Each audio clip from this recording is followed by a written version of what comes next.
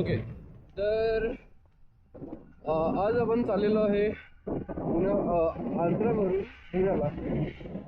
Distance आहे 330 kilometre.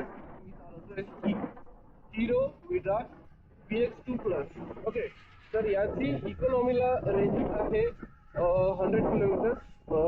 Ride मोडला 75 आसपास रेंज काढून देते ही, आणि स्पोर्ट्स मोडला 60. तर आपल्याकडे बरेचसे एसआरचे चार्जिंग स्टेशन्स आहेत, तिथेचे ग्रीड आहे. सो मी एक रिस्क घेतोय की आपण विडा घेऊन पुण्याला चाललोय. कारण त्याचं एक रिझन आहे की माझ्याकडे डॉमिनर आहे ऑलरेडी, पण सध्या आपल्या इकडे पेट्रोल मिळत नसल्या कारणामुळं आपण एक फन राईड और रिस्की राईड म्हणून आपण वेळा यूज करतोय.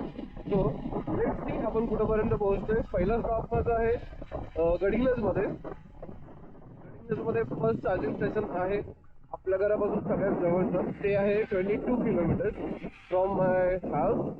ओके, सो तिथे जाऊन तिथं पोहोचून चार्जिंगला जाऊ आणि मग टॉपअप करू. त्याच्यानंतर सेकंड स्टॉप आहे निपाणी.